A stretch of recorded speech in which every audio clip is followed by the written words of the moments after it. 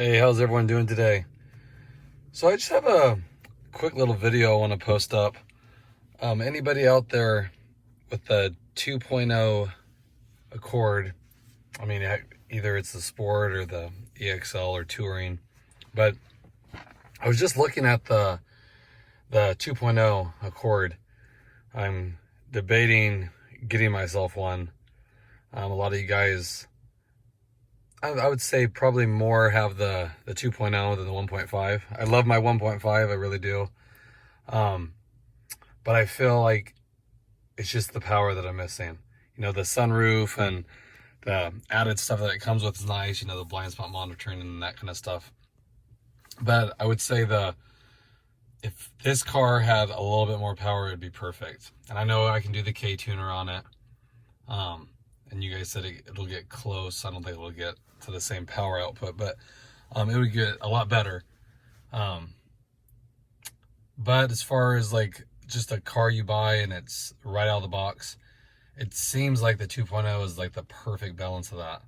You know, I haven't even driven one. The funny thing is when I bought mine, I didn't even know 2.0 exists. That's how I did not do my homework on it. I just bought a Sport because that's what I've always had. And this price was right, got it.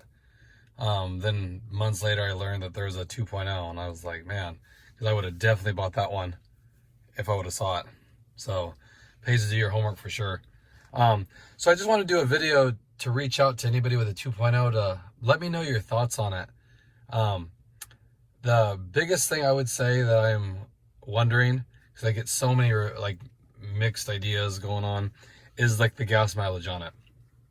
Like, what are you guys real world getting? Like city, I don't drive a ton of highway.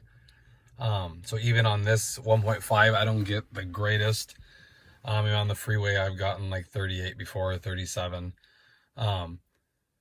But when I strictly just stay around town and, you know, never get on the highway here, I get, my dash is saying 26, and that's what it said forever.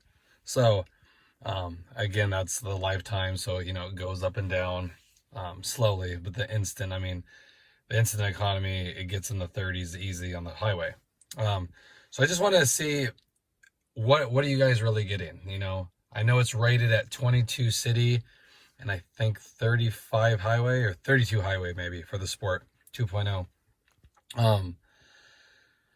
Yeah, so again, I'm not too concerned because as you guys probably know, if you watch my other videos, I don't really drive a lot. I mean, this car is, let's see, almost 2 years.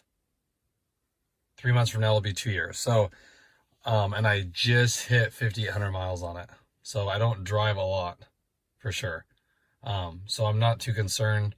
I'm just curious, like what are you guys getting? Because rated at 22, you know, that is really low for a 4-cylinder car. So, just curious to see, you know, like I said, I'm averaging, if I like divide it out, you know, the right way, I'm not using my computers here.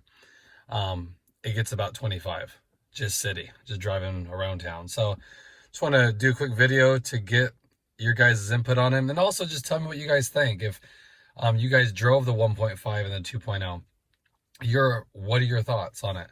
You know, I will go drive a 2.0 probably soon. But just wanted to get, you know, an honest opinion, someone that's driven them both, looked at them both, and weighed the you know, pro and cons. And I can get a great deal on a 2.0 right now, for my buddy that sells cars. So, the money's not a huge thing of it. I just want to know, like, is it that bad of gas mileage? You know, sunroof would be nice, like I said, the amenities, but I'm just looking for the power. You know, is it a big jump in power? You know, and of course, I'll know when I go test drive it, but just to give your guys' thoughts, what do you guys think? Okay, so leave a comment below, let me know. And then my other dilemma is, you know, do I get a 2020 Accord 2.0? Or do I wait? Because I know in August, they're going to refresh them. You know, so I will bet you in March, I would say, March, April, there'll be some pictures of what the the refresh will look like. They start coming out online too. So that's another thing too. It's like, I can get a great deal on a 2020 2.0 Sport now, or do I wait till May and see what it looks like and then go? But then I know on the other side of it too, when they refresh a car, from my personal experience, the deals aren't there like they are on like the 2020, since that'll be the third year. There's a better deal to be had on those models than when they freshly do a refresh on a car. I ran into that with my wife's Pilot. You know, right when it came out, there was just no good deals out there. You know, and then we waited almost a year after it was refreshed, and then they took tons of money off. So again, that's another thing. I don't know what they're gonna do. The rumor on it is they're gonna do just like they do on most refreshes, maybe different sculpting on the front bumper, probably different sculpting on the rear bumper to match, you know, maybe more curves to it. But I doubt it's going to be anything major, since this one's already a big change from the previous gen. Yeah, so just wanted to get your guys' thoughts on that too. You know, should I be patient and wait until May, June, see what it's going to look like, and then just pay the extra money? You know, but then again, just for a different shape of bumper or whatever, you know, maybe a new color, they said. Usually when they refresh it, they add a new color and then different wheels. But the wheels, I could easily swap in and out. If I got a 2020 and get any wheels you want, really. And a lot of you guys were saying the aftermarket wheels are a better choice because they're a lot lighter.